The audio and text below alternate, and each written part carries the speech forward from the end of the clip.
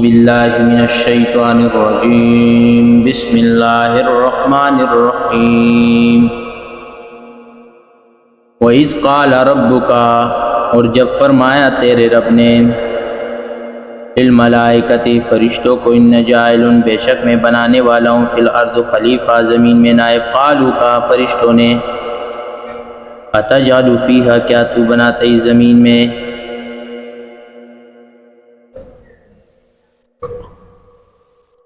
مَن یُفْسِدُ فِیهَا اس کو جو فساد مچائے گا زمین میں وَيَسْفِكُ الدِّمَاءَ اور بہائے گا خون وَنَحْنُ نُسَبِّحُ بِحَمْدِكَ ہم فرشتے تیرے پاکی بیان کرتے تیرے حمد کے ساتھ وَنُقَدِّسُ لَكَ اور ہم تیری پاکیزگی کا اقرار کرتے قَالَ إِنَّ أَعْلَمُ مَا اور فرمایا اللہ تعالیٰ نے بے شک میں جانتا ہوں مَا لَا تَعْلَمُونَ جو تم نہیں جانتے وَعَلَمَ آدم اور تعلیم دی آدم علیہ السلام کو الاسماء کلہا سب ناموں کی ثم عرضهم علی الملائکۃ پھر ان کو پیش کیا فرشتوں پر فقال انبئونی پھر فرمایا اللہ تعالیٰ نے مجھے خبر دو باسماء ہؤلاء ان چیزوں کے ناموں کے ان کنتم صادقین اگر تم سچے ہو قالوا سبحانک کہا فرشتوں نے تیری ذات پاک لا علم لنا ہمیں کوئی علم نہیں ہے الا ما علمتنا مگر وہ جو تو نے ہمیں سکھایا ہے انک انت العلیم الحکیم بے شک تو ہی علم والا اور حکمت والا قال یا آدم انبئوہم فرمایا اللہ تعالیٰ نے اے آدم خبر دے ان کو باسمائہم ان چیزوں کے نام کے فلما انبأہم پس جب خبر دی آدم علیہ السلام نے ان کو باسمائہم ان چیزوں کے نام کی قال الم اقل لکم فرمایا اللہ تعالیٰ نے کہ میں نے تمہیں نہیں کہا تھا انی اعلم بے شک میں جانتا ہوں غیب السماوات والارض آسمان اور زمین کے غیبوں کو وعالم اور میں جانتا ہوں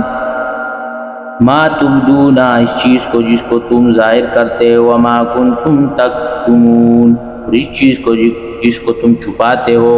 وَإِذْ قُلْنَا لِلْمَلَائِكَةِ اور جب کہا ہم نے فرشتوں کو اسجدوا لآدم سجدہ کرو تم آدم علیہ السلام کو فسجدوا پس انہوں نے سجدہ کیا الا ابلیس مگر ابلیس نے ابا واستکبر اس نے انکار کر دیا تکبر کر دیا وکان من الکافرین اور تا وہ کافروں میں سے ان آیات کا پچھلے آیات کے ساتھ کیا ربط ہے اس کے متعلق علماء کرام فرماتے ہیں کہ نعمتیں دو قسم کی ایک ظاہری اور حسی کی نظر آتی ہے اور محسوس ہوتی ہے جیسے آسمان زمین انسان وجود خوراک لباس یہ نظر بھی آتے اور محسوس بھی ہوتی ہے دوسری نعمتیں باطنی اور معنوی ہے جو نہ تو نظر آتے اور نہ محسوس ہوتی جیسے علم اخلاق حسنہ وغیرہ کہ جو نہ تو نظر آتے ہو نہ اس میں نہ محسوس ہوتے کیونکہ اخلاق حسنہ کا پتہ تو معاملے کرنے کے بعد چلے گا ویسے نہیں معلوم ہو سکتا خلافت عرض تو پہلے ظاہری اور حسی نعمتوں کا ذکر تھا اللہ تعالیٰ نے تمہیں پیدا کیا آسمان اور زمینوں کو پیدا کیا فرمایا اور اب باطنی معنوی نعمتوں کا ذکر ہے انسانوں تم اس بزرگ کی نسل سے ہو جس کو اللہ تعالیٰ نے علم دولت سے نوازا جس کی بدولت وہ فرشتوں سے آگے نکل گیا اور مسجود الملائک بنا اور انسان کی توجہ اس طرف بھی کرائی کہ تم شیطان کے نقش قدم پر چلتے ہو اس نے جو تمہارے ساتھ کیا کیا تھا وہ بھی سن لو اور اس کے نقش قدم پر چلنا چھوڑ دو اور اپنے اصل کو نہ بھولو وَإِذْ قَالَ رَبُّكَ اور جب فرمایا تیرے رب نے للملائکۃ فرشتوں کو ملائکت الوکتن سے مشتق ہے اور الوکتن کا معنی ہے پیغام پہنچانا فرشتوں کے ذمہ مختلف ڈیوٹیاں لگی ہوئی ہے کوئی وحی لاتا ہے کوئی رحمت کا پیغام پہنچاتا ہے کوئی نیکیوں کے رحمت کی دعائیں کر رہا ہے کوئی مجرموں پر لعنتیں پہنچا رہا ہے کوئی احکامات پہنچانے کی ذمہ داری پوری کر رہا ہے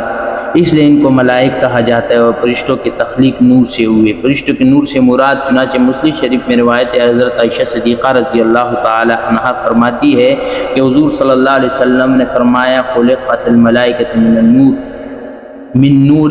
فرشتے نور سے پیدا کی گئی ہے، لیکن یہ نور وہ نہیں ہے جو اللہ تعالیٰ کی صفت ہے۔ اللہ نور السماوات والارض، اللہ تعالیٰ آسمان اور زمین کا نور ہے۔ تو اللہ تعالیٰ کی صفاتی ناموں میں سے ایک نام نور بھی ہے، یہ صفت اللہ تعالیٰ کے ساتھ خاص، اس سے کوئی چیز نہیں نکلی۔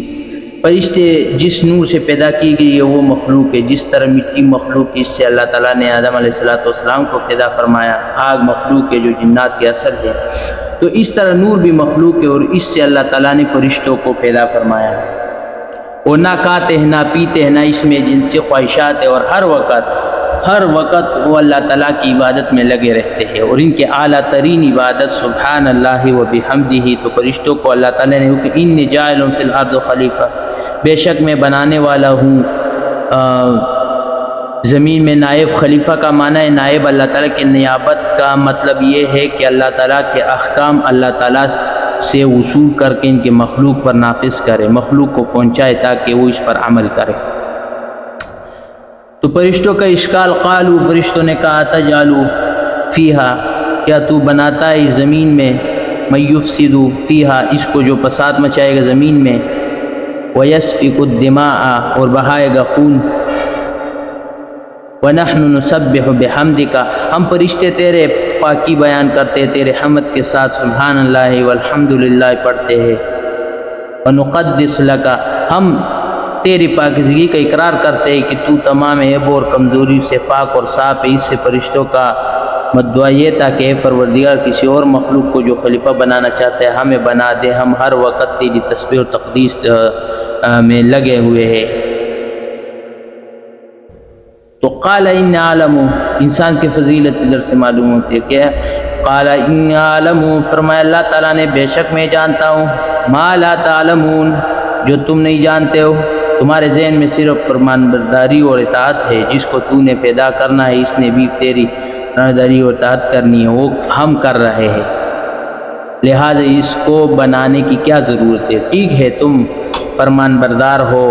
اور رہو گے، کیونکہ تمہارے خمیر میں خواہشات نہیں ہے۔ میں ایک ایسی مخلوق بنانا چاہتا ہوں جس میں ہر طرح کے خواہشات بھی ہوں گے، لیکن اس میں ایسی قابلیت اور صلاحیت ہوگی وہ اس تمام خواہشات کو دبا کر میرے خوشنودی حاصل کرنے کے لیے فرمان برداری رہے گے، اور اسی بات کو تم نہیں جانتے ہو جو میں جانتا ہوں۔ اس وجہ سے انسان کو فرشتوں پر فضیلت حاصل ہے کہ فرشتے لمبی راتوں میں ساری رات سبحان اللہ و بحمدہ پڑھتے رہتے، کوئی قیام میں پڑھ رہا ہے، کوئی رکوع میں، کوئی سجدے میں، نہ ان کو وضو کی ضرورت ہے کیونکہ وضو ٹوٹنا ہی نہیں ہے، نہ ان کی نیند کی حاجت ہے، اور انسان کے ساتھ یہ ساری حاجتیں اور ضرورتیں لگی ہوئی، پھر وہ فرمان بردار ہے، اس لیے ان کی عبادت کا درجہ فرشتوں کی عبادت سے زیادہ ہے۔